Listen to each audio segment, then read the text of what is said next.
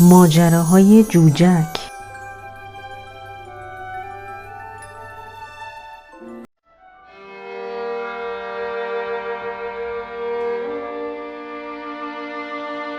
این پرنده خودآزاری نداره، درد داره.